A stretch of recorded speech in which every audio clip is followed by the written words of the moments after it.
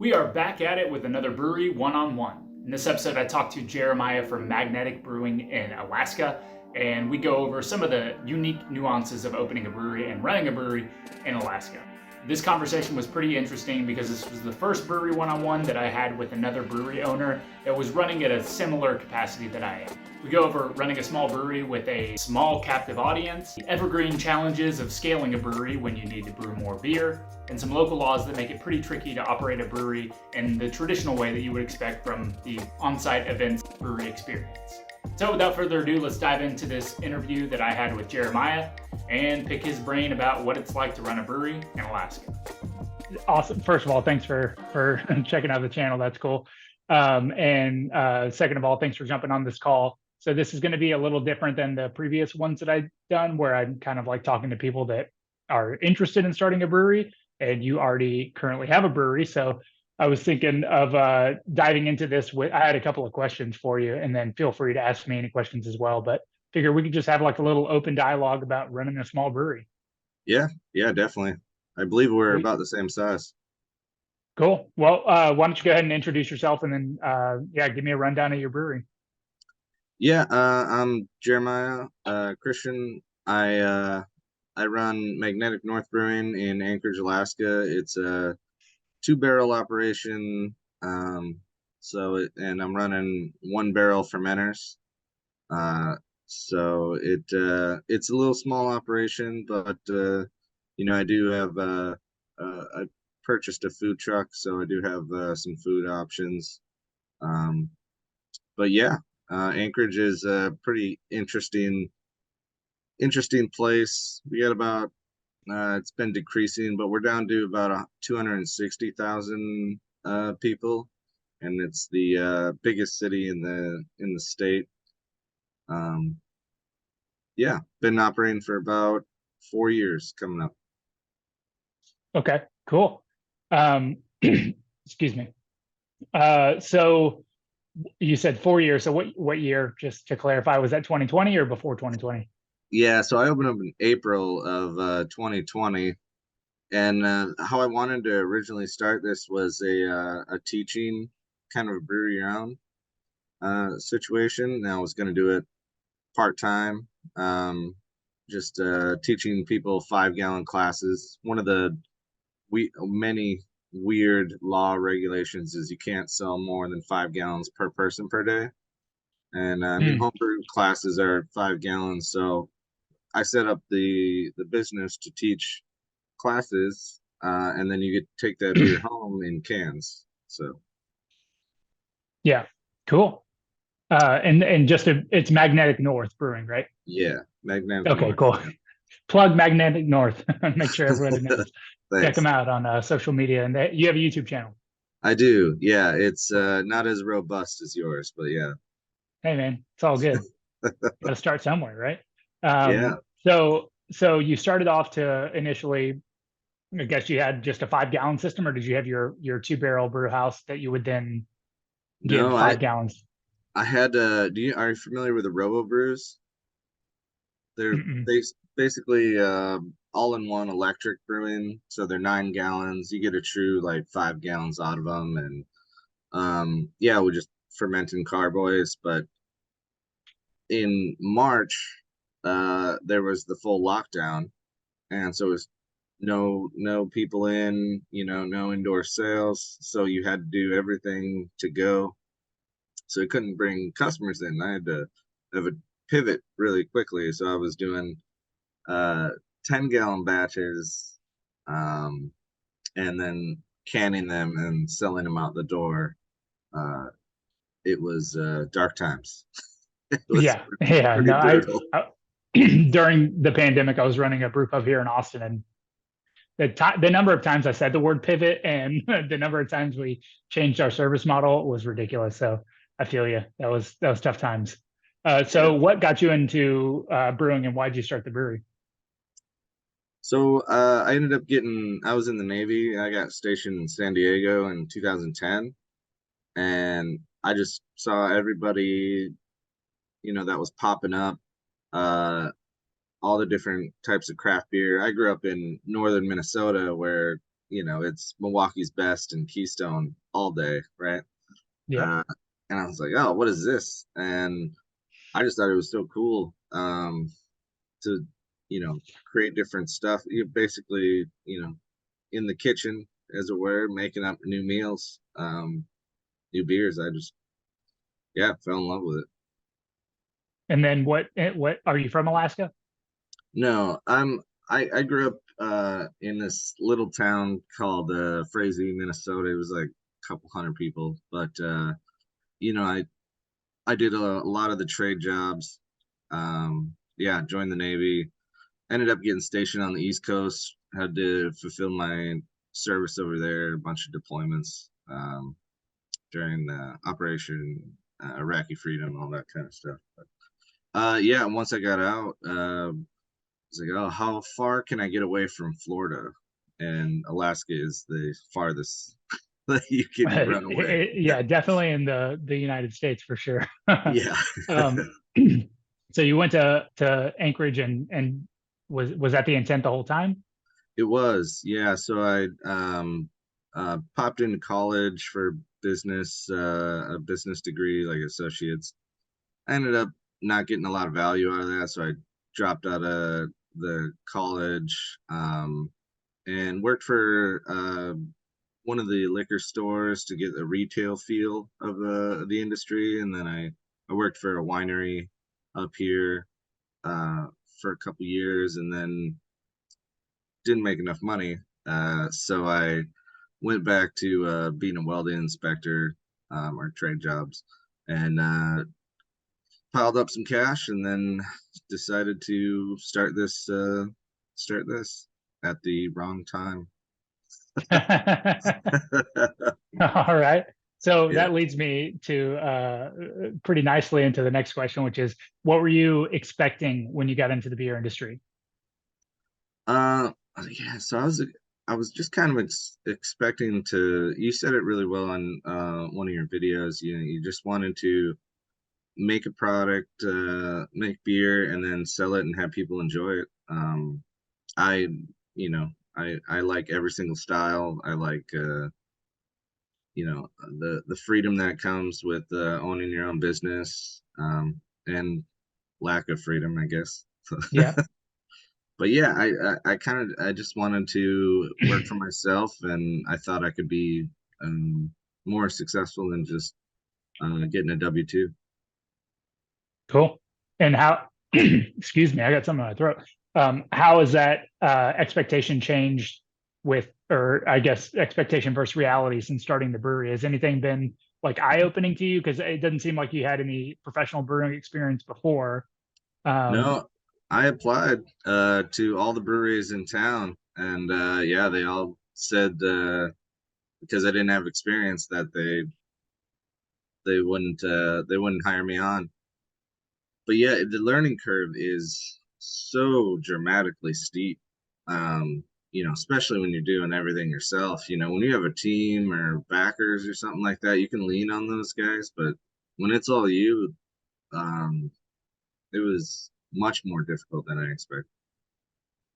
so two parts to that. One, was there anything that was surprising about, just beer production in general? And two, was there anything that was surprising on the business front that was like something you didn't expect at all? So beer production wise, being as remote as we are, when you order grain, hops, anything, you have to think about, okay, is it a keep from freezing product where you have to ship it up and you have to pay extra, um, or getting there's two distributors for grain and products, and it's Country Malt Group and BSG, Brewer Supply Group, and those accounts, I wouldn't say they have minimums, but to maximize your margin, you have to you have to max out a pallet. So, 2,000, 2,200 pounds per pallet to justify the $500 shipping of that one pallet. Yeah. So those were definitely um, some learning curves there. And then when it came to beer production, I realizing that a 1 barrel system with 1 barrel fermenters, reclaiming yeast is not an option. So then you're restricted to pitching new dry yeast, because liquid yeast from White Labs or something like that is outrageously expensive and it's not profitable. Yeah. And then what about the business side of things? The business side, Alaska has very restrictive laws. That was a learning curve. It takes minimum 1 year to be fully licensed. Now, before you can even start the process, you have to get a lease, sign the lease, and start paying on that and doing tenant improvements. Then you have the licensing through the AMCO board, which is just our regulatory up here. Alaska Marijuana Council. I forget the acronym, but that process is just so slow. So yeah, bet on 1 year until you apply to when you get your signed license, and you have to be paying, to improve the building, get your beer in, and you can't produce a drop until you get that signature. Yeah. So Yeah. Same with was, the local agency here, as well as, well, you did TTB as well, right? right.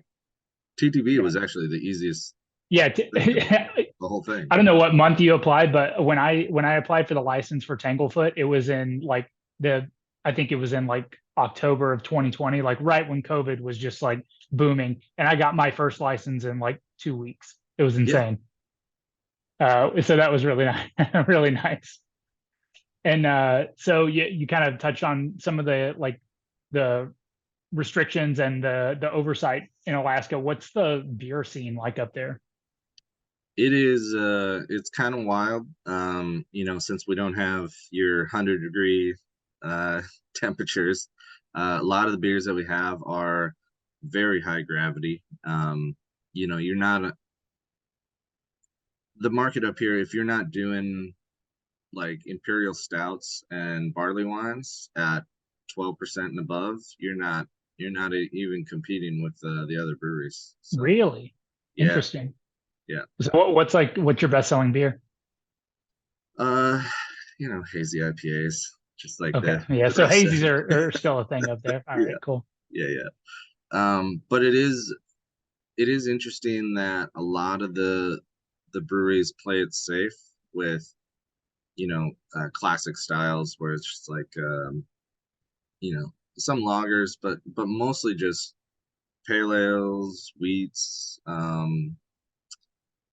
Yeah, it's some browns, ambers. It's pretty safe most of the places that you go, and then Yeah. some of the really the smaller ones are doing more niche stuff, maybe some sours, Belgians, stuff like that. It's Who's like the craft cult favorite up there? oh well, that's Anchorage Brewing. They do a lot of barrel aged stuff and hazy IPAs now. But he's very known for like a Deal with the Devil, which is a 15% barley wine that he'll transfer into 3 to 4 barrels, and people were camping out in his parking lot waiting for the releases, and uh, they go for $100 a bottle, 12 ounce. Wow, crazy. What is it? Just like a multi-year aged stout, or? Yeah. Okay. Yeah, I'm looking at their website right now. It looks like they have a ton of wood, a lot of fooders, a lot of barrels. Hmm. Interesting. And so your production, what's your annual capacity? About 100. 100 barrels. Yeah. And then you're on site only? No, I try to distribute, but when you only make 4 kegs per batch, yeah. But I contract can with another company, so I have a little bit out of the tap room. I was hand canning off the tap, as people ordered it. They're like, oh, I kind of like a crowler, but I only had 16-ounce cans. Yeah. Um, and Yeah, I rocked about 20,000 cans through an October steamer in the last 3 years. Yeah, those things are workhorses, man. I actually Yeah, have to change the bearing on mine. It's I, all rusted and corroded and stuff. But yeah, those things they do the job, especially if you get into a flow, you can really knock some cans out.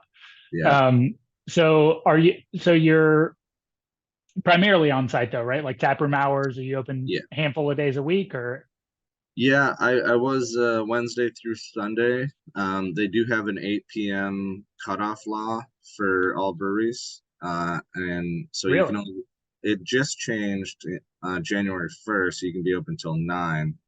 But that took about 10 years to get that law passed. What about bars? Bars, there's no, they have the 2 a.m., but with a 3 a.m. option to stagger when That's people get crazy. out. Yeah. I hate laws like that. They're just so goofy. Man, I So can't serve you goofy. more than 36 ounces. I can't have televisions, no live music, no events, no games, no dancing. Yeah, it's footloose up here. That's wild. Yeah. Is it, I mean, is it all just like old school religious based laws or is there something deeper? I mean, the simple answer is just corruption. The bars have, they came in the 70s with the oil pipeline boom, and a lot of those guys made a bunch of money, bought bars, and they've been holding ever since. Mm, Yeah. that sucks. To get a bar license, because they're all purchased, because it's based on population, you're going to be spending about 300,000 Yeah, and you have to pick up one that's for sale or that is closing. on the secondary market. Yeah. Yeah, I think It's I think only New Jersey's like that too. oh, okay. Yeah, it's only $2,500 from the city though, Hmm, but there's crazy. none available because they sit on them. Yeah, Yeah. it's insane. Hmm. So so how's it been since opening? What's It's business been like? good. It's slowly been growing. I'm kind of reaching a plateau. This last year, kind of plateaued from last year. I with the 2 barrel production, I went from a 10-gallon brew house, right, to the 1 barrel Ruby Street, and then I just purchased a little while ago the Blickman 2 barrel electric. But yeah, with only 6 barrels of fermentation space, kind of at that tipping point where you're not growing, you're dying. Yeah. So you're selling all the beer that you can make? Oh yeah, yeah. Okay. And so do you lease the building or own it? I just lease. Yeah, Okay. So is that sustainable with that amount of beer? it's well, yeah. If I don't pay myself, yeah, Okay, yeah. yeah, Yeah, that's the one thing. I've had a few of these conversations, a couple that I haven't posted yet. But one thing that I always talk about with people is like capacity and just doing quick and dirty math before you like make a hard judge or a hard call on what size brew house and fermenter size you're going to get because 100 barrels a year any way you slice it only generates so much revenue, depending on what the beer style is and like how you're selling it over the counter or distribution. But yeah, that's kind of the problem with production of any sort is like in order to scale or increase production, you have to buy more equipment. More equipment requires more capital. More capital decreases cash flow depending on how you get it. And it's just, yeah, it's that's a challenging aspect of this business. But do you have any plans of adding fermenters or increasing that number? yeah. There's another brewery that upgraded from a 7 barrel combi system to a 10 barrel, and purchased the 7 barrel system. So the next step is buying 7 barrel fermenters, getting that all hooked up. But yeah, time to take out a loan. So you excuse. So do you have more demand for the beer than what you can supply? Yeah. Well, that's great. So I'm in the opposite position where I have this small capacity, but my demand currently is less than that. So You're in a fortunate position there, at least. That's nice. And you could probably pretty easily justify that expansion. And then what's your kind of goal long term, like next 5-10 years? Are you like slowly ramp up production, have more on-site sales? Do you have hopes of distributing more? Yeah, I think maxing out this location and its potential to that 7 barrel system is the phase one. Increasing the distribution to the point where it pays the bills for the lease, the utilities. That would be phase one. Maybe I think phase two is probably multiple locations, with maybe it's tough to say. There's when you get into future talk, it's like, oh, a lot of things change, but Sure. I think multiple locations is probably the way to go, sticking with the under 10 barrel size in each location, because of how the city's laid out and people getting in their little micro bubbles of like, oh, I go to these places and that's my routine. So Yeah. you need to decrease the the friction point of getting your product to the customer. And if that's getting just closer to the customer, that's kind of how Anchorage is set up.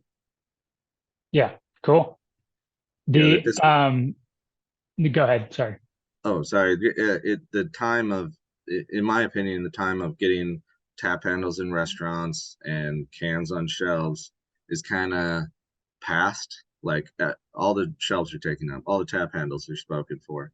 So if you can put yourself in these little micro economies, I feel like that's going to give you the best success. Yeah, definitely. It's the unfortunate part of how the industry has grown so much in the last few years is that, yeah, retail is definitely like the point that is the most sustainable for a brewery, like getting customers to come and buy the beer directly from you.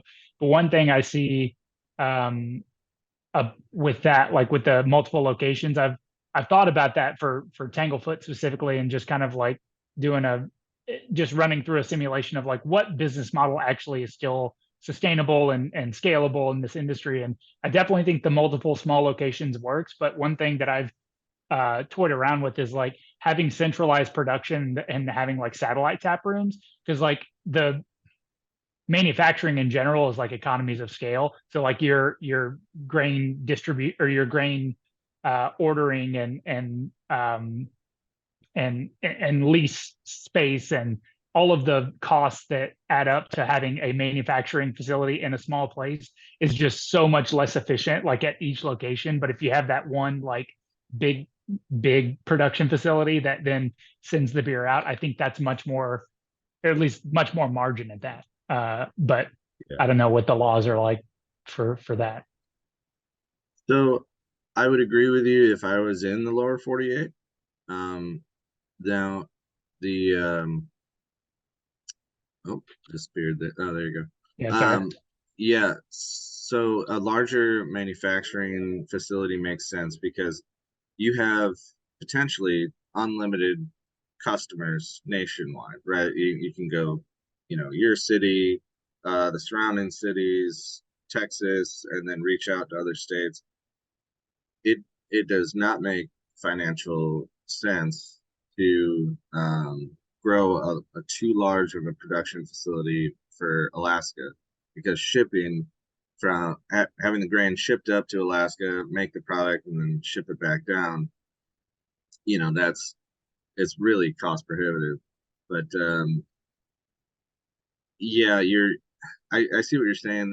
The expenses are increased, but your net worth is going up. Right now, you have two facilities, and so you're a brand that has two locations or three locations that are diversified. So if one takes a hit for some reason, you still have two others to rely on. On the big side, you're beholden to distributors and maintaining sales teams and making sure that uh, the accounts that you send your beer to are taking care of your product. So for the multiple facilities for me is I have much greater control over the product, even though it's more of a headache. Yeah, and sorry, I don't know, maybe I misspoke, but what I meant is like a centralized production facility for your brewery that has 3 locations, and then just sending the beer to the other Oh, 2. yeah. So again, yeah, it's one of the laws is any of the beer that is consumed on that facility needs to come from that facility. Okay, well there you Yeah. go. Yeah. Not an option. It's funny. I talked, one of the other interviews I did earlier this month was with a guy that's looking to start a brewery in Nigeria. And I was like talking through the process, like, oh yeah, this and the production and this type of equipment, and you can do this. And he's like, oh, and yeah, we have to use sorghum. And I was like, sorghum? Like, I've used sorghum before, not really a fan of the flavor, but like, for gluten-free beers, it's an option, but it's a law. They're required to brew with sorghum because it's like Hmm. it's a national crop. And anyways, long story short, it's like little things like that in different locations fundamentally change like the Yeah, standard business model. that's tough. I remember reading that Texas had some pretty tough brewing laws, like it wasn't legal like I think 10 years ago. Uh like microbreweries. Is that right? I mean, no, I mean, breweries have been legal, but there's been a number of laws that have changed since I've been in the industry. So the big one that changed, like in the 90s, brew pubs were legalized, or maybe it was the late 80s. So that was a thing.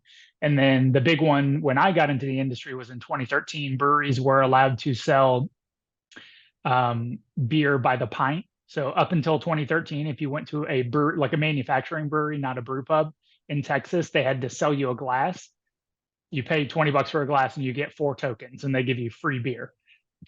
And so in 2013, that was legalized, as well as allowing brew pubs to distribute beer. And then in 2017, I believe, a law was passed called Beer to Go. Maybe it was 2019. I always forget. But where breweries could sell um, cans directly to the consumer at their tap room, which was not legal before that. So there's some weird laws. And then I'm currently writing a video about some of the stupidest laws in Texas. But there's a lot of like old school laws, like liquor stores can't be open on Sundays. They can't be open past 9 o'clock. Just, old laws that have been on the books forever. And there are different parties that are interested parties that are actively, lobbying to not change those laws. So like distributors have their own set of desires within the industry. So that's always something that you have to take into consideration when you're looking to open breweries in different places in the country, is the weird laws for sure. Real quick, I wanted to ask why you chose. I looked around at some of the other breweries in your town, and it looks like they're all basically restaurants that happen to brew beer. And Yeah. the the one, is it Bold? Yeah, Bold Bold Republic. Republic. Mhm. That just looks like a concert hall. That Well, like so they were initially in Belton, is like a neighboring town that's basically the same area. They had opened up a small, I think they had like a 3.5 barrel brew house, 7 barrel tanks or something. Anyways, they opened up a brew pub in downtown Belton, super successful. They're busy all the time. Then they moved to Temple and built from the ground up. But when they built their bigger production facility, they also added like a more robust food program, big outdoor space. All the kind of, if you were to write a business plan for a brewery nowadays, they kind of checked all the boxes, like have an outdoor space, have live music, have kid friendly, have a full restaurant, all that stuff. So they were kind of like ground up brand new brewery, and did all that stuff. And they opened in 22, I think late 22. And then, yeah, another brewery just opened up in downtown Temple called Bird Creek Brewing. And they did another kind of ground up build, beautiful brewery, restaurant focused. And then one of the breweries actually shut down recently, Fire Base Brewing. But yeah, so a lot of food incorporated into the policy. Was your question, why didn't I do food? No. Why specifically only a lager house? So um, I wanted to focus on lagers. So I was running a brewery. I was working at this other brewery. I was there for about 10 years, and I wanted to start a side project several years ago, but um, I knew I didn't want to start a brewery like you would normally start a brewery, where you know, go write a business plan, take out a bunch of debt or investment and build from the ground up and make this basically a huge gamble to start a brewery and put a ton of money at risk. And so I had my family's barbecue restaurant in Temple, Texas. Was My dad was running it at the time and was like, hey, why don't we put a little brewery in here? So I was like, if I'm going to do something where I basically am like driving up the Temple, I want it to be this like passion project. I want it to be something that I'm absolutely passionate about. I have no desire to just run like a run of the mill, you know, brew everything for everybody, have food program, all that stuff. So I wanted to focus on lagers, and then I wanted to focus on Czech lagers because I have Czech heritage and there's a big Czech population in the Temple area. So I thought that would kind of resonate with them. So that's why I exclusively focused on that. Okay. Yeah, and yeah, it is just you running it. There's no employees or anything. Nope, just me. Okay. Yeah. Yeah. I had employees for a little while. I had a brewer, and then tap room staff, and then a staff for the food truck. But I've since dialed that back. I'm leasing out the food truck to a company, Nice.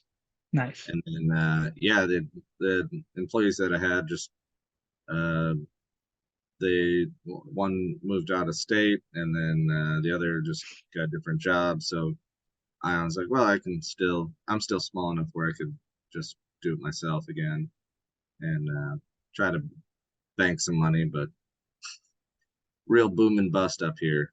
Do you have a seasonal, like up and down kind of I sales? mean, yeah, the industry on the whole does like this time. So I'm closed right now. I don't know if you saw that video. I had to shut down for several weeks, but I dumped all my beer and I have been shut down for several weeks. But January, this time of year, is actually like the slowest time of the year. So it couldn't have sucks that I'm shut down, but it couldn't have happened at a better time. March ish. March is like probably one of the busier months, and then like September, October, November also the busier times of the year. But this past summer, it was so hot that it was everybody was hurting. It was above 100 for like 60 days straight or something crazy.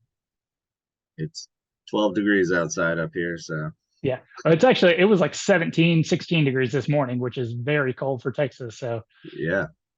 yeah, I'm all Um, bundled up in here. so are you looking at, if you do expand and get bigger, so just have like a larger lager house with like the horizontal serving tanks, and just kind of like a Prost, if you've ever been to them. Yeah, yeah. In fact, they just did a gigantic expansion. So curious to see how that goes for him. But I've changed what I've wanted several times since opening this. So when I first opened the brewery, I wanted it to be a very intimate beer experience, which it was. The first area in the building was this like tucked away little closet bar that was like a super cute, like very intimate beer experience. And then quickly after opening, I was like, hey, people like this product, and I think that this could be kind of like the beer of Temple.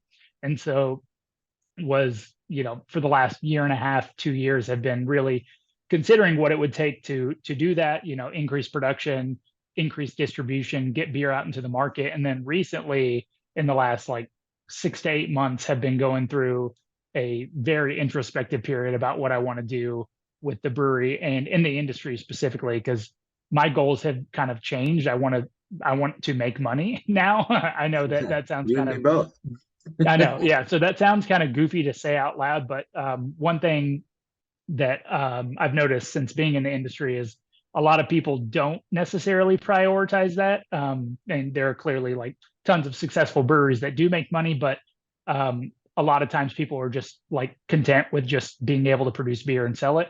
And my priorities have shifted recently. So now I'm exploring ways to build a profitable business. And I'm not certain that distribution, well, I am certain that distribution doesn't really fit into that. I would love to snap my fingers and have beer all over town. But from a business standpoint, I'm not sure that that is like the best path to take. Even self-distribution? Are you Yeah, any way you slice it.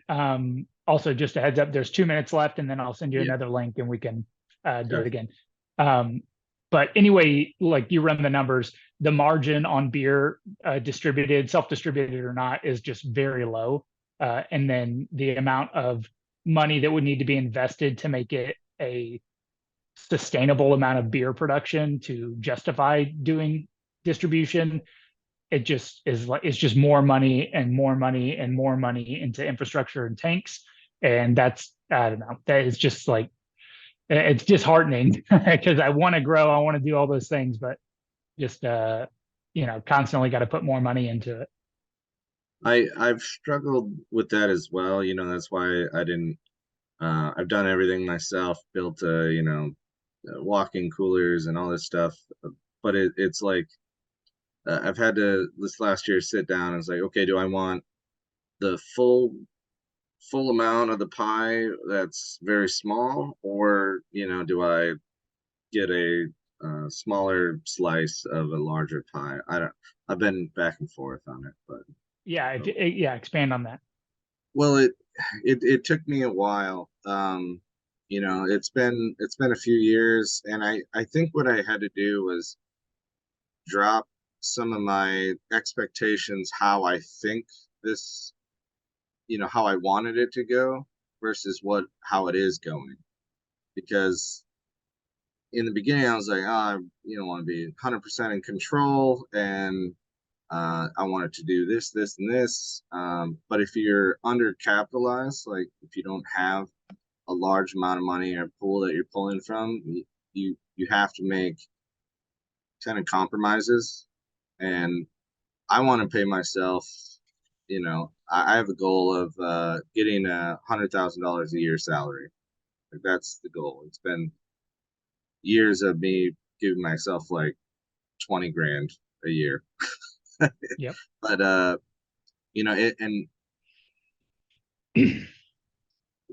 things like um some of my putting the content that I do out and being a little bit more known and having the privacy of like if I go out somewhere, like someone will say, oh, you're that guy that owns a brewery. Like, yeah, yeah. And like at first that was weird, and then I dialed back how much content I put out, and I was like, no, if that's part of it, that's one of the compromises that I'll have to do, and maybe losing a little bit of control by having another brewer and just things like that. It took me a long time to get used to that, and now that I'm okay with it, I can see that there's much more possibilities coming up. It was weird though. Yeah. So what do you think is the path that could get you there with the business that you currently own? With uh with a currently own, um the barrelage that I would have to do to achieve that would probably not be only this location. Because if I want, say say I do cans, so a big part of the expansion is going to be canning. I might make, if I self-distribute it, 2 grand off of each pallet of cans. So then I need to do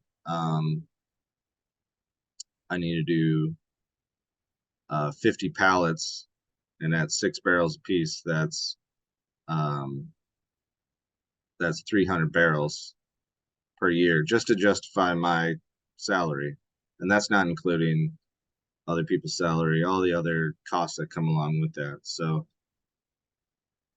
if I could do 50,000 from this location as a salary and 50,000 from another location as a salary, and manage those 2 locations and pull the salary that I want, I would be very okay with that.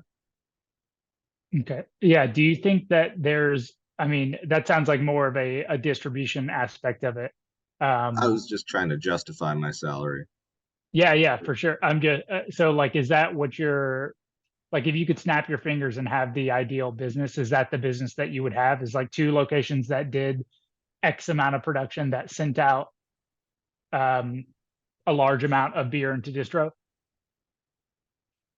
No, the dream, like my personal dream, is to have a farm brewery where it's I grew up in Minnesota and doing a little bit of farming, and if I could grow my own barley or hops, whatever that would look like, have some animals, have a destination brewery where there's B&B rentals and a larger manufacturer, maybe small food, and have it as like this cool place out in the woods, if you will, that would be the dream. But the reality is Alaska has 600,000 people. You're looking at probably, I don't know, let's say 250,000 21 to 65 drinkers. And then you have to divide that by how many other options there are. So you're looking at a pool of, like, currently I'm maybe at 10,000 customers a year. To fight for that space and build that brand is going to take a little bit of time. And that's how I do the math up here, because I have a fixed amount of population. Yeah. So is the like, what would be the preferred outcome, like the $100,000 a year salary or the farm brewery? Um, the preferred would be the farm brewery, and to do that, you would need to do what I'm doing now and build up the brand so that you could make it and afford to make that jump. Get land, building. You're basically starting another business from scratch. So you're gonna go all the way back to zero, even though Yeah. you have something you built for the last couple of years. You're gonna go back to zero. Yeah, I feel a lot of so just to be candid with you, was kind of my whole thing on the channel anyways, is like I as I've kind of grown to want to grow a stronger business and make more money with that business, oftentimes my brain goes to, well, why don't you do something else? Like, why don't, like, if the option is, hey, I want to make 100 grand a year or something, or hey, I want to make X amount of money, you could probably do it a lot easier in another industry. So my brain Sure. sometimes will go in that direction, but um, I don't. So the point of bringing that up is that I often justify not thinking about those things or not pursuing those things because of this, like, sunk cost fallacy of, like, Mhm. I've already put 3 years into this. I put this much money into this. I have these tanks to make beer. Why don't I just make beer? So I don't know if you ever experienced that, but I go through that a lot where I'm like, man, I could be doing something else, but I've already got all this stuff that I put time and energy and money into. Yeah, yeah, I think about that as well, and it does make you kind of feel like you're stuck. Like, it's like, well, you've worked so hard, and you're just gonna throw that away for, a better salary somewhere else. Because, yeah, I could go back to the trades. I could Yeah. go back to construction. I can make 100,000 doing some specialty work. It wouldn't that be that hard? But I still love this business. I still, love what I'm doing. Um, I just needed to fit how I want to live my life. And right now, Yeah. I know the beginning is a lot of sacrifice, and there's times where you're by yourself, you're there late or early, and you're like, what the hell am I doing here? Like, I'm not making a lot of money. I don't feel successful. Why am I doing this? Yeah. Yeah. And that's something that is, I actively have to like remind myself is like, hey, you chose this boat. You Yeah. got in this shit, and take a step back and like assess what's happened. And I often will go through like phases of being down about the business and everything, and then I have to take a step back and be like, hey, you wanted to do this, and guess what? You're building a brand. People like the product. So on all accounts, you are quote unquote successful to your 5-year younger self. Um, but it is interesting to take stock and be like, well, then what is the next thing that would make me feel successful from this perspective that I now have? So do you run the tap room by yourself, or do you have anybody that helps you still? I have one uh tap room worker. She comes in on Thursdays. Her hours are pretty limited, but yeah, no, it's pretty much just me for everything else. Is Friday, Saturday busiest days for you?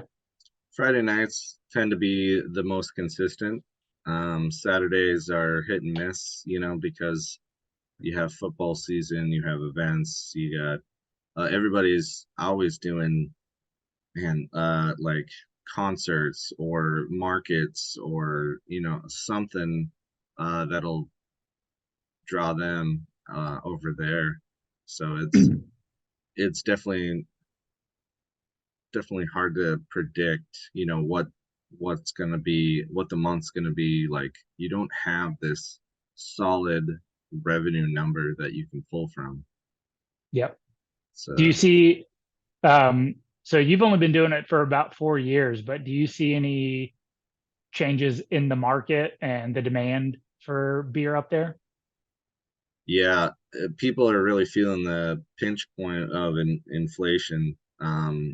Everybody's raised their prices. An average beer at a brewery is minimum like we're around $8 a beer.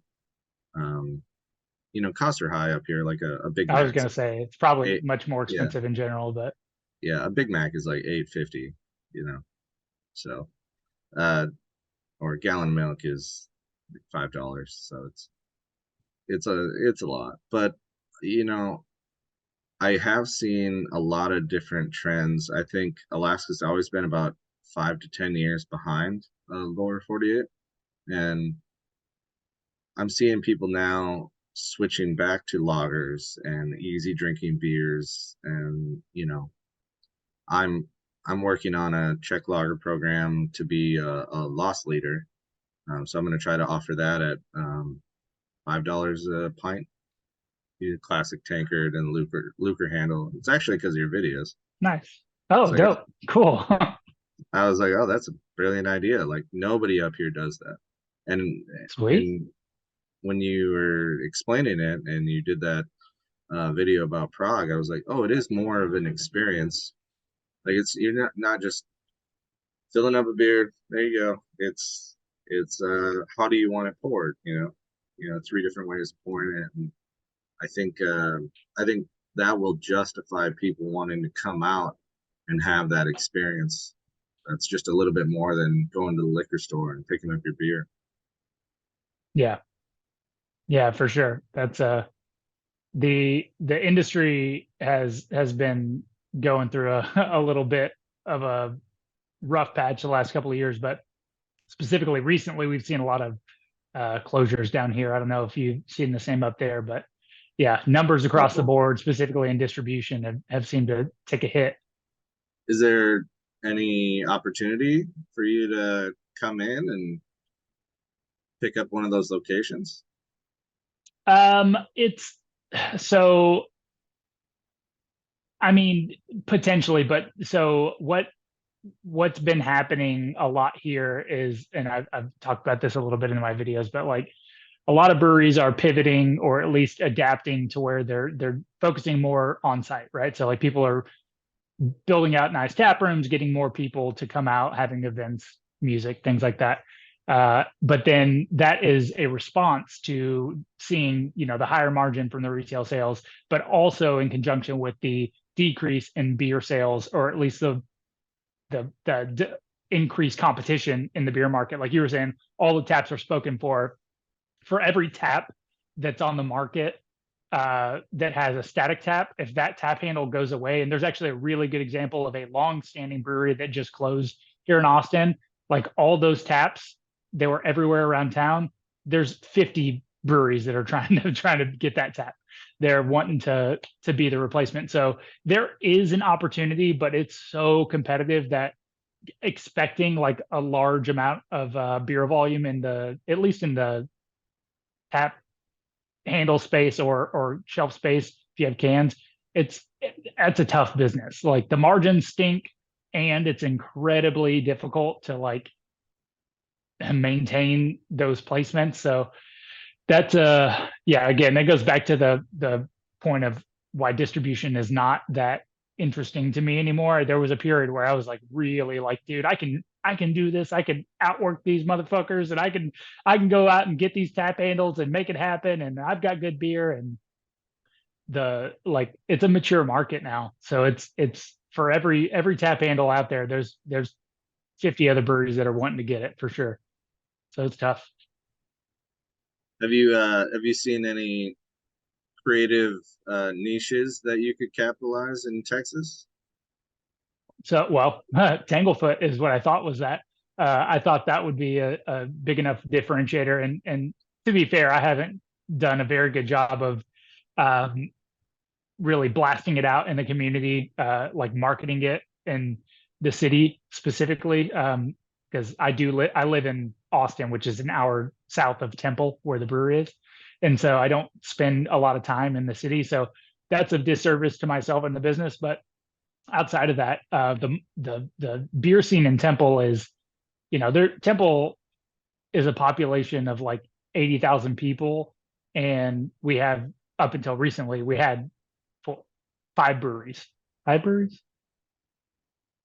Yeah, so Bold Republic, Firebase, Bird Creek just opened. BJ's is a large chain of brew pubs, but they're production facilities in Temple, and so they have a tap room. And then there's in Belton, the place that Bold Republic brewery used to be, another brewery called Nolan Creek opened up there. So within the small area of, let's say, like 100,000, 120,000 people, there's like five breweries. So there's quite a lot of already breweries there. And on top of that, there are a lot of people that are building out like beer venues and event spaces. So it's in a place where 10 years ago, like if you were to describe the beer scene in Temple, it would be nothing, like nothing. And now there's quite a lot of competition there. So it's niching out, I thought was was enough to kind of like differentiate myself. But I think that in this particular market, it's kind of, back to ideally should have a restaurant, an event space, a large venue, kid friendly, dog friendly, kind of do all of the things that the average consumer wants to go out and experience when they go to a brewery. Yeah, we're pretty limited on space. Anchorage commercial real estate is about $1 million an acre. Damn. Yeah, and a build out of a building, minimum $1 million. There's a King Street Brewing just built out a not even a huge facility by Texas's standpoint, but it was $5 million for this reasonable size building. It's like how big's your space? So I'm 3,000 square feet. It's kind of two units. So one unit's 1,500, the other's 1,300. Yeah, I'm the smallest brewery in the state as production wise. I think there's a couple breweries that have smaller footprint, but I don't know how they're doing it with storage and seating and wow. Sure. Man. Yeah, what's your overhead there, if you don't mind? I mean, feel free to say shut up, but no, that's fine. All in, like a break even for like each month? just Just like rent and utilities and just occupancy. Yeah, it's about $1.25 a square foot. And then utilities are crazy expensive. So I think we're at close to 20 cents a kilowatt for electricity. Um, and I'm an electric brewery in the glycol. Well, the Mm, glycol, cold weather, we don't. I have an internal glycol machine right now, just a little one horse. But I have a 5 horse that'll be put into the new one, and that's outside the building. So in the wintertime, it hardly run. But yeah, natural gas is pretty cheap, so a lot of guys are running direct fire or a boiler. The new system is steam, so it'll be a boiler. hmm. And yeah, parking's a pretty big issue. I only have 10 parking spaces in the parking lot. Um, yeah, it is what it is up here. Yeah. So your rent's like what, 4 grand a month or something? Yeah, Yeah. What that's actually it's not that bad. I mean, yeah, I don't know what location you're in, but they're like here in Austin, though one of the main reasons people ask me all the time, like, why don't you just move to Austin? Why don't you open up in Austin? I'm like, bro, I'm not paying like you're using like monthly square foot rates, which works out to what, like $14 square foot annually or something. But here it's like retail space is like $30 a square foot per year, which is just like, 3,000 square foot facility is, what is that, like 9 grand a month, yeah. Jesus. something crazy. Yeah, so like in this area at least, like it's expensive, and it's cheaper in Temple. But the only reason I'm able to stay open is like my grandmother owns the building. If I had to pay $3,000 rent, I couldn't. I mean, I wouldn't be open for sure. I just couldn't make it happen with the current sales. But Yeah, I uh, I am I am making it happen, but at the cost of, giving because I don't have another job. So this is it. But yeah, I've just take the hit the last few years on how much I pay myself and then reinvest into the business, try to grow it yeah. with the hope of the light at the end of the tunnel kind of thing. Were you when you first? I mean, I know you opened with a smaller system. When did you put the 2 barrel system in? Put it in 2020, the beginning in 23. Okay, So so about a year with that. So was yeah. your if you had had that the whole time, do you think that you would have like had that the demand of that much production the whole time? No, because I'm still limited by fermenter space. So like the goal is to buy some 7 barrel fermenters, and so if I can't even like get the 7 barrel system operational, I can still triple batch into those fermenters. Yeah. Um, I'll probably just do that in the But beginning. what I mean is like when you open, do you feel like at least with the volume that you can produce now, you said you have more demand for that than you can produce. Do you think you would have had the same demand, or did you have the same demand when you opened? You didn't have the means to brew it? Yeah, I probably would have been at the revenue levels that I am now from the beginning, and I would be in a different position financially where I could have bankrolled some of that. But yeah, because I mean, rough numbers, I think 2020, um, I did like 50K, and then 2100, and then working my way up to 200. And then it's pretty flat now because you're kind of at max. And that's me trying to be scrappy with like merchandise and cans and food and you know um, I think if just beer production, it's been kind of flat. So I Yeah. think you end up like the market just keeps pushing you towards do food, do events. It's Yeah, I feel like, twisting my arm here. yeah, and again, I said it before in another video, but I don't, I did food. That was my first career. And I have no interest in doing it again.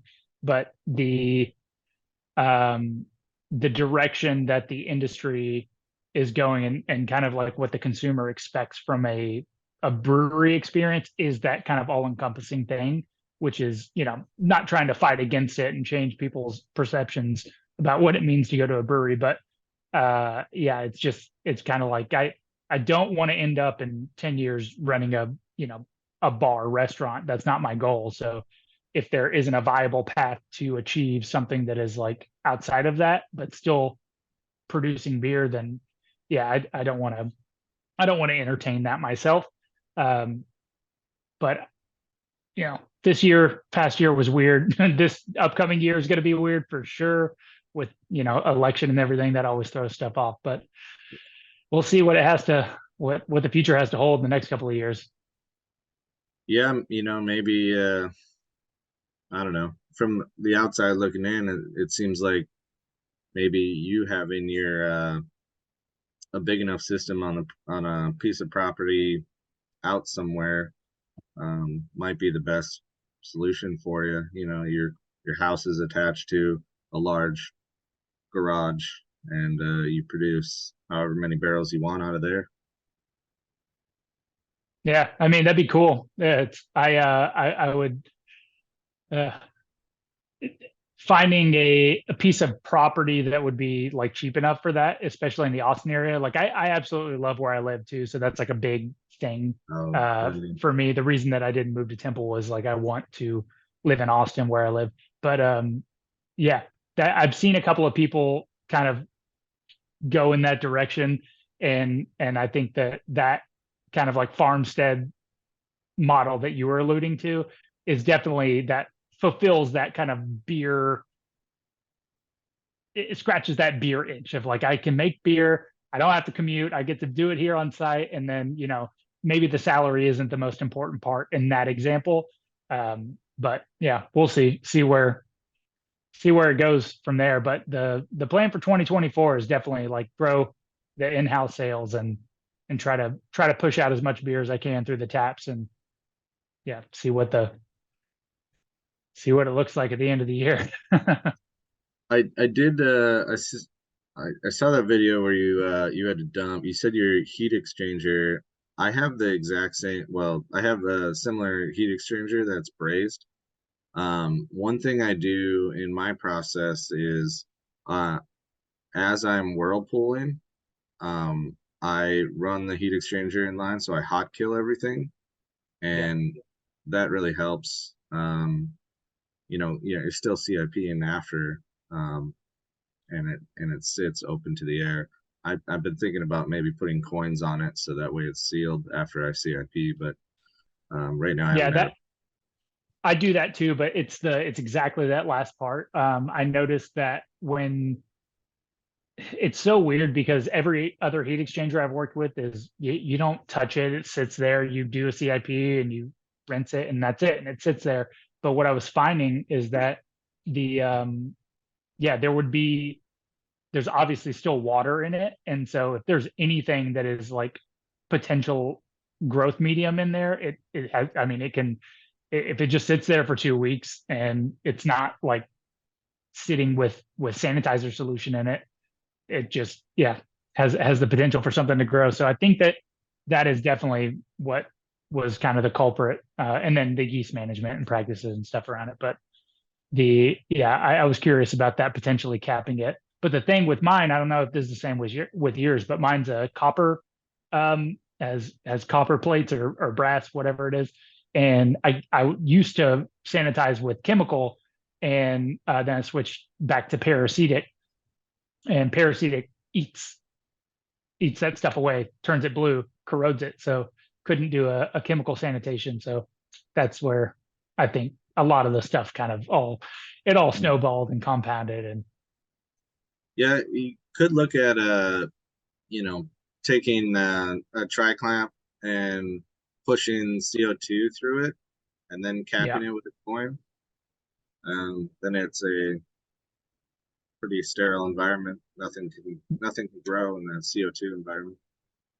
Yeah. Yeah. That's a good call. That's what I do with my canning system too. Mm. Yeah, yeah. With the canning, man. It's I'm looking at purchasing a canner, and I'm looking at a 7 head canning system, and just the time and CIP that you got to do with that is it's wild. But Yeah. It's so weird because like cans are objectively the worst thing that you can sell as a brewery from a financial perspective, from margin and yeah, hassle factor.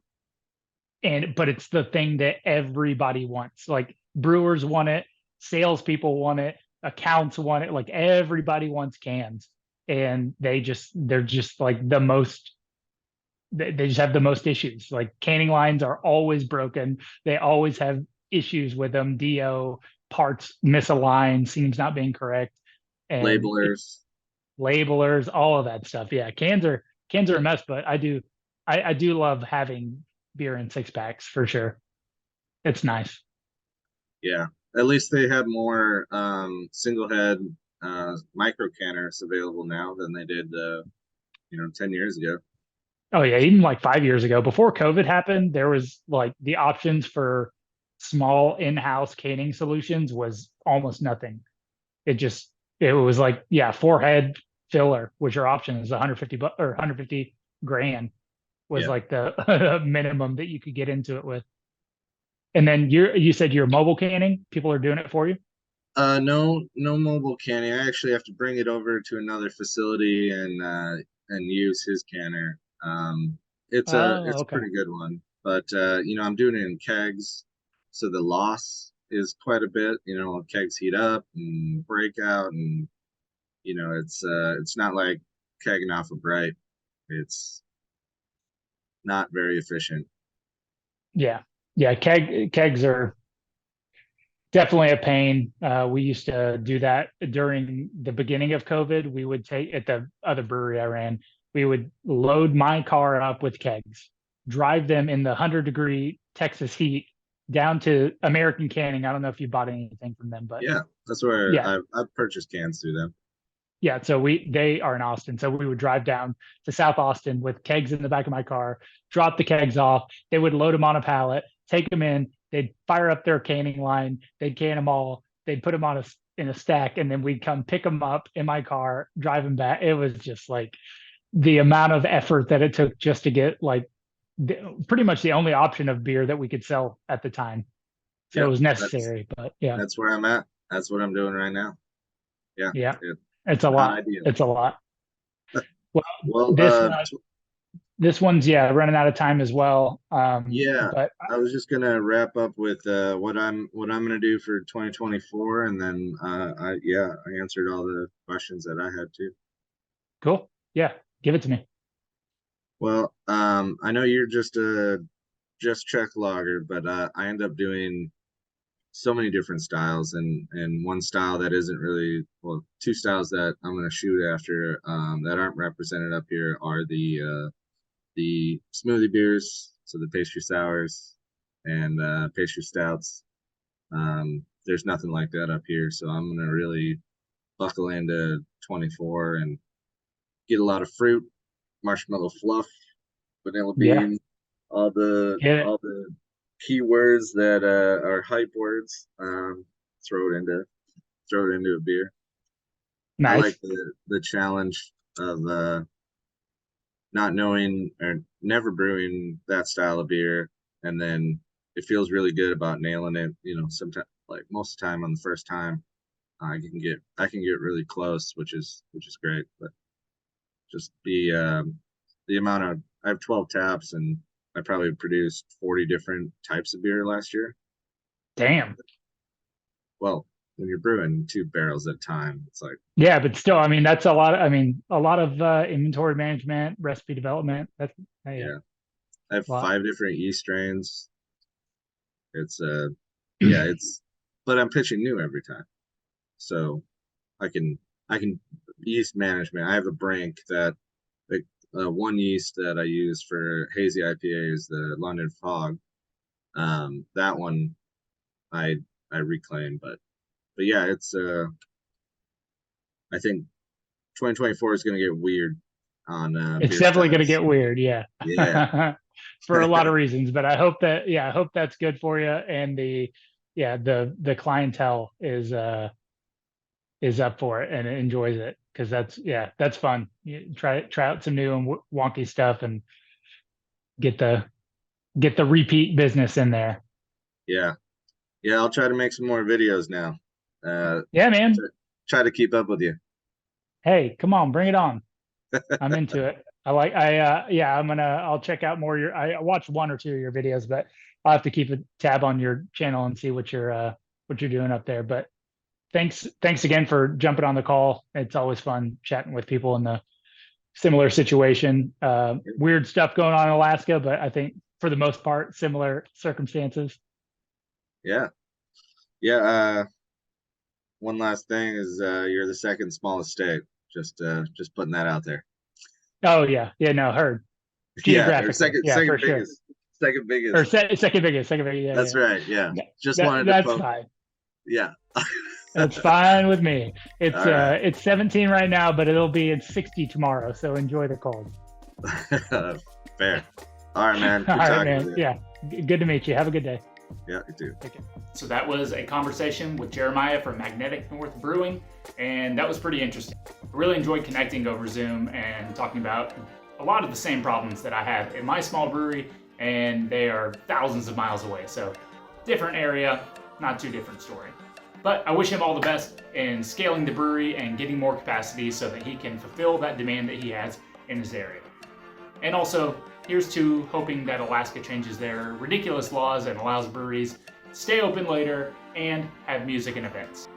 In the last few weeks, I've had several people reach out to do a brewery one-on-one and have already scheduled calls to do that. So if you are interested in scheduling a call, whether you are developing a brewery or you already have a brewery in operation and you just want to kind of talk shop with me, please feel free to email me at andy@tanglefootbrewing.com and we'll set up a Zoom call and put a video out just like this one. Till next time, cheers.